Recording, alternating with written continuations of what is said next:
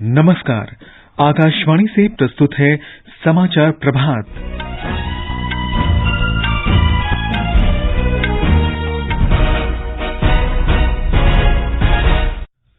प्रधानमंत्री नरेंद्र मोदी अमेरिका और मिस्र की 5 दिन की यात्रा पर रवाना। श्री मोदी कल न्यूयॉर्क स्थित संयुक्त राष्ट्र मुख्यालय में अंतर्राष्ट्रीय योग दिवस के आयोजनों का नेतृत्व करेंगे। भगवान जगन्नाथ की रथ यात्रा आज से ओडिशा के पुरी में शुरू। 1 जुलाई से 24 फुटवियर उत्पादों के लिए भारतीय मानक ब्यूरो लाइसेंस अनिवार्य होगा। संयुक्त राष्ट्र के सदस्यों ने खुले समुद्र में जीवों की सुरक्षा के लिए पहली संधि को अपनाया और ओलंपियन भवानी देवी ने चीन के वुक्सी में एशियाई तलवारबाजी चैंपियनशिप का कांस्य पदक जीतकर इतिहास रचा। समाचार प्रभात के साथ मैं निखिल कुमार। प्रधानमंत्री नरेंद्र मोदी अमेरिका और मिस्र की 5 दिन की यात्रा पर रवाना हो गए हैं। विदेश सचिव विनय मोहन क्वात्रा ने कल नई दिल्ली में बताया कि श्री मोदी अमेरिका के राष्ट्रपति जो बाइडेन और प्रथम महिला डॉक्टर जिल बाइडेन के निमंत्रण पर बुधवार से शुक्रवार तक अमेरिका की राजकीय यात्रा पर रहेंगे। प्रधानमंत्री बुधवार को न्यूयॉर्क स्थित संयुक्त राष्ट्र मुख्यालय में अंतर्राष्ट्रीय योग दिवस के आयोजनों का नेतृत्व करेंगे। वे प्रमुख कंपनियों के मुख्य कार्यकारी अधिकारी, पेशेवरों और अन्य संबंधित पक्षों के साथ बातचीत करेंगे। प्रधानमंत्री भारतीय समुदाय के लोगों से भेंट भी करेंगे। अपनी यात्रा पर रवाना होने से पहले श्री मोदी ने ट्वीट संदेश में कहा कि ये यात्रा भारत अमेरिका साझेदारी को मजबूत करने और इसमें विविधता लाने का महत्वपूर्ण अवसर बनेगी। प्रधानमंत्री ने कहा कि भारत और अमेरिका के संबंध बहुमुखी हैं। दोनों देश बहुत से क्षेत्रों में मिलकर काम कर रहे हैं और वस्तुओं तथा सेवाओं के क्षेत्र में अमेरिका भारत का सबसे बड़ा व्यापारिक साझेदार है।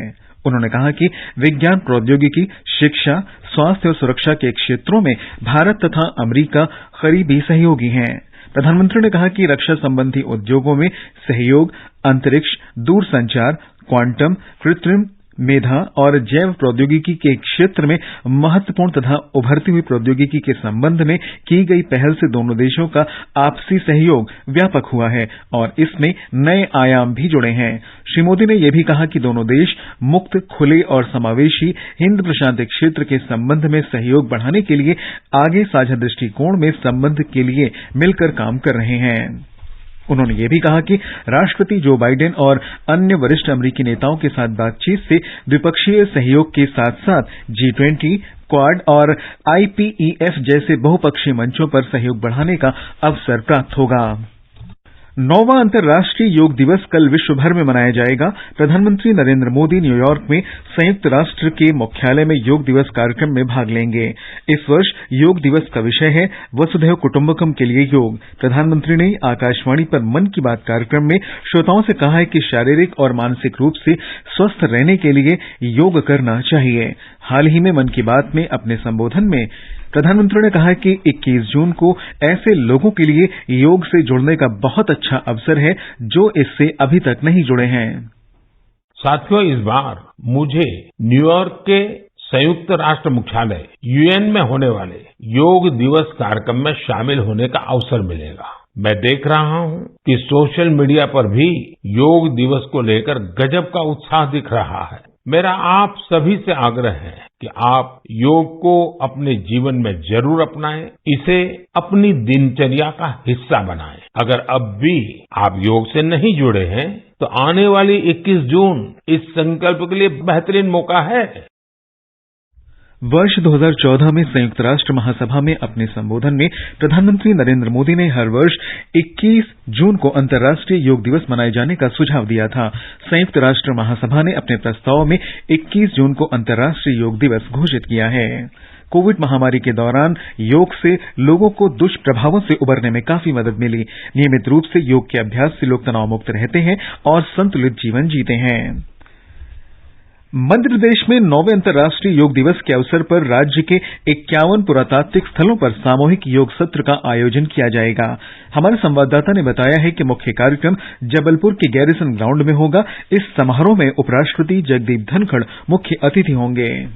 9वें अंतर्राष्ट्रीय योग दिवस पर उपराष्ट्रपति जगदीप धनखड़ जबलपुर में सभा को संबोधित करेंगे। बाद में वे कार्यक्रम स्थल पर सामूहिक योग प्रदर्शन का नेतृत्व भी करेंगे। इस साल अंतर्राष्ट्रीय योग दिवस की थीम वसुधैव कुटुंबकम के लिए योग है। पुरातत्व स्थलों पर योग का उद्देश्य जन सामान्य को योग के महत्व के साथ साथ पुरातत्व स्थलों के इतिहास के बारे में जागरूक करना है। प्रदेश के 51 पुरातत्व महल के स्थलों में बटेश्वर के मंदिर समूह, ग्वालियर का मानसिंह महल, खजुराहो का कंदरिया मंदिर, ओरछा का जहांगीर महल, उज्जैन का महाकाल मंदिर और मांडू का जहाज महल शामिल है। केंद्रीय संचार ब्यूरो द्वारा भी केंद्रीय संस्कृत विश्वविद्यालय भोपाल में बड़े पैमाने पर योग गतिविधियों का आयोजन किया जा रहा है। संजीव शर्मा, आकाशवाणी समाचार, भोपाल। उत्तर प्रदेश में कल अंतर्राष्ट्रीय योग दिवस के अवसर पर योग कार्यक्रम आयोजित करने की तैयारी जोरों पर है। मुख्य योग समारोह वाराणसी के प्रसिद्ध काशी विश्वनाथ कॉरिडोर के प्रांगण में होगा, जहां 1000 से अधिक लोग इस कार्यक्रम में हिस्सा लेंगे। आयुष राज्य मंत्री दयाशंकर मिश्र दयालु ने आकाशवाणी समाचार को बताया कि राज्य सरकार बड़े पैमाने पर अंतर्राष्ट्रीय योग दिवस मनाने जा रही है।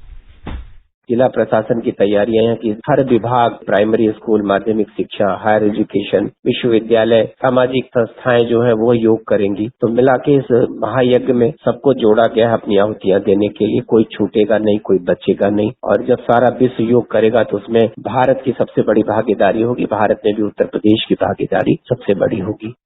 ये समाचार आकाशवाणी से प्रसारित किए जा रहे हैं। समय है अभी, देर ना हो जाए कहीं। पैन धारक कृपया ध्यान दें, यदि आपने अब तक अपने पैन को अपने आधार से लिंक नहीं किया है तो ये आखिरी मौका है। आप अपने पैन को अपने आधार से 30 जून 2023 तक 1000 रुपए की लेट फीस देकर लिंक करवा सकते हैं। पैन को आधार से लिंक करने के लिए www.incometax.gov.in पर जाएं। क्विक लिंक सेक्शन में लिंक आधार पर क्लिक करें और निर्देशों का पालन करें। ऐसा न करने पर आपका पैन इनऑपरेटिव हो जाएगा। पैन इनऑपरेटिव होने पर पेंडिंग रिफंड्स तथा उन पर इंटरेस्ट प्रोसेस नहीं होंगे। TDS और TCS ऊंचे रेट पर काटे जाएंगे। ध्यान रहे, किसी भी पैन धारक के पास एक से अधिक पैन होने पर 10,000 रुपए की पेनल्टी लगाई जा सकती है। डिडक्टीज के पैन आधार लिंकिंग स्टेटस को डिडक्टर्स संबंधित वेबसाइट पर जाकर चेक कर सकते हैं। याद रखें, सभी पैन धारकों के लिए 30 जून 2023 तक अपने पैन को आधार से लिंक करना अनिवार्य है। प्रत्येक आय करदाता एक राष्ट्र निर्माता। समाचार प्रभात में आपका फिर स्वागत है। विश्व प्रसिद्ध ओडिशा के पुरी में भगवान जगन्नाथ की रथ यात्रा आज शुरू हो रही है। हिंदू पंचांग के अनुसार हर वर्ष ये यात्रा आषाढ़ माह के शुक्ल पक्ष की द्वितीया तिथि से शुरू होकर आषाढ़ शुक्ल की दशमी तक चलती है। इस रथ यात्रा में भगवान जगन्नाथ विराजमान होते हैं। उनके साथ बड़े भाई बालभद्र और बहन सुभद्रा भी होती हैं। भगवान जगन्नाथ की रथ यात्रा पुरी के मंदिर से निकलते हुए गुंडीचा मंदिर जाती है। इस गुंडीचा मंदिर में भगवान जगन्नाथ, बलभद्र और सुभद्रा 9 दिन तक रुकते हैं। पुरी श्री मंदिर प्रशासन को इस रथ महोत्सव में करीब 13 लाख लोगों के शामिल होने की उम्मीद है। महोत्सव के सुचारू संचालन के लिए बहुस्तरीय सुरक्षा व्यवस्था की गई है। पुरी के जगन्नाथ मंदिर में वर्ष में 148 त्योहार मनाए जाते हैं। इनमें 12 यात्राएं, 28 उप यात्राएं और 108 पर्व शामिल हैं। उनमें से रथ यात्रा सबसे प्रसिद्ध है। आज अनुष्ठान के कार्यक्रम के अनुसार दोपहर करीब 3 बजे श्रद्धालु रथ खींचेंगे। पुरी मंदिर से शुरू हुई यह यात्रा लगभग 3 किलोमीटर की दूरी तय करते हुए श्री गुंडीचा मंदिर पर समाप्त होगी। यहाँ भगवान बलभद्र का तालध्वज पुरी के ग्रैंड मार्ग पर चलेगा। इसके साथ ही देवी सुभद्रा का दर्प दलन भी पीछे पीछे चलेगा। तीनों रथों में सबसे बड़ा भगवान जगन्नाथ का नंदी घोष आगे बढ़ेगा। रथ सूर्यास्त से पहले गुंडीचा मंदिर पहुंच जाएंगे। गुंडीचा मंदिर में देवताओं का 9 दिन का प्रवास होगा और वे इस महीने की 28 तारीख को बहुधा यात्रा या वापसी कार उत्सव नामक रथ पर यात्रा पूरी करने के बाद से ही मंदिर लौटते हैं। SN पटनायक की रिपोर्ट के साथ समाचार कक्ष से शशिभूषण त्रिपाठी। 1 जुलाई से 24 फुटवियर उत्पादों के लिए भारतीय मानक ब्यूरो लाइसेंस अनिवार्य होगा।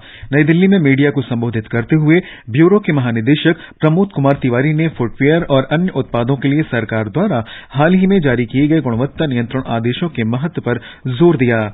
उन्होंने कहा कि उत्पादों के निर्माण, आयात या बिक्री के लिए BIS लाइसेंस होना अनिवार्य होगा। रक्षा मंत्री राजनाथ सिंह 2 दिन के दौरे पर आज कोच्चि जा रहे हैं। वे शाम के समय दक्षिणी नौसेना कमान में हाइड्रो जहाज पर जाएंगे और विश्व जल माप दिवस के अंतर्गत नेविगेशनल चार्ट को जारी करेंगे।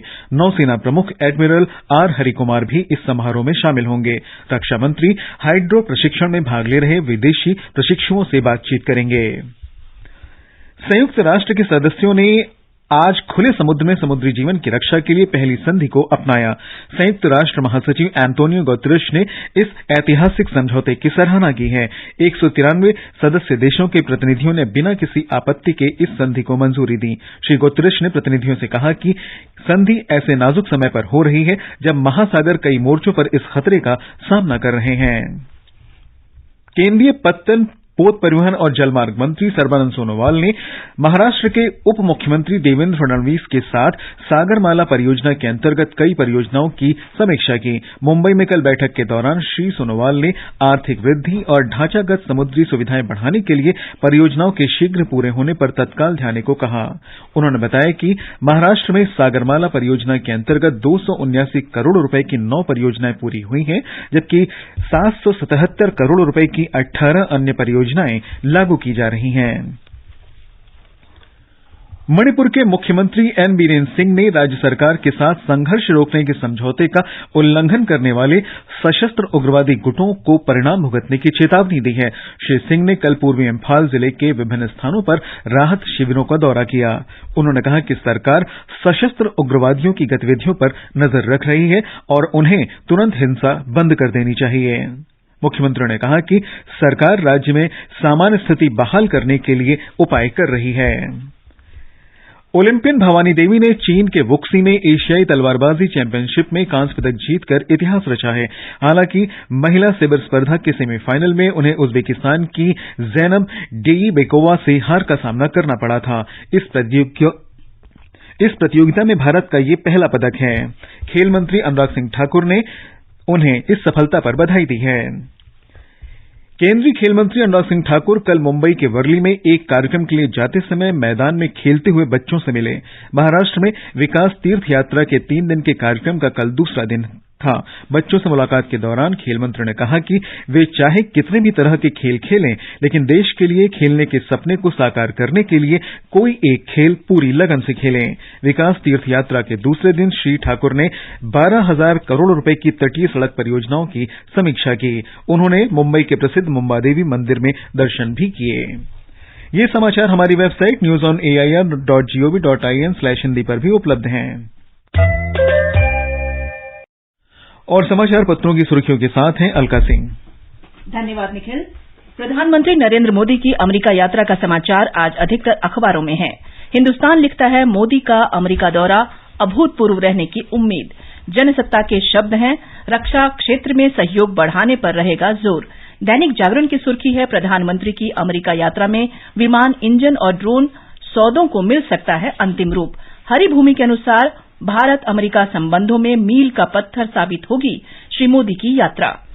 राजस्थान पत्रिका की सुर्खी है, विमान इतिहास की सबसे बड़ी डील हुई। देश की सबसे बड़ी विमान कंपनी इंडिगो ने 500 विमानों का ऑर्डर दिया। $50 अरब का सौदा। सॉवरेन गोल्ड बॉन्ड स्कीम की 8वीं सीरीज निवेश के लिए खुली। 23 जून तक ऑनलाइन और ऑफलाइन निवेश किया जा सकता है। नवभारत टाइम्स के मुखपृष्ठ पर है। दैनिक ट्रिब्यून की एक खबर ध्यान आकृष्ट करती है, बंजर धरती को भी उपजाऊ बनाएगा थर्मल प्लांट का कचरा। FGD जिप्सम का कृषि में प्रयोग हुआ सफल। CSSRI की उपलब्धि। हिंदुस्तान के कारोबार पन्ने की सुर्खी है, जूते चप्पल जैसे फुटवियर उत्पादों के लिए 1 जुलाई से गुणवत्ता मानकों का पालन करना अनिवार्य होगा। पत्र यह भी लिखता है, कर्मचारी राज्य बीमा निगम ने अप्रैल में 17,88,000 नए सदस्य जोड़े। देशबंधु ने आज लिखा, मधुमेह, थायराइड और मोटापे से लड़ने के लिए लोग अपना रहे हैं योग। आंकड़ों के अनुसार भागदौड़ भरी जिंदगी में भी सेहत का ध्यान रखने की आदत बढ़ी। वीर अर्जुन के खेल पन्ने की खबर है, राष्ट्रीय राजधानी दिल्ली के प्रगति मैदान में 8 जुलाई से शुरू होगा अंतर्राष्ट्रीय खिलौना मेला। 25 देशों के लगभग 5,000 खरीदार और 250 से अधिक भारतीय ब्रांड हिस्सा लेंगे। और अंत में मुख्य समाचार एक बार फिर। प्रधानमंत्री नरेंद्र मोदी अमेरिका और मिस्र की 5 दिन की यात्रा पर रवाना। श्री मोदी कल न्यूयॉर्क स्थित संयुक्त राष्ट्र मुख्यालय में अंतर्राष्ट्रीय योग दिवस के आयोजनों का नेतृत्व करेंगे।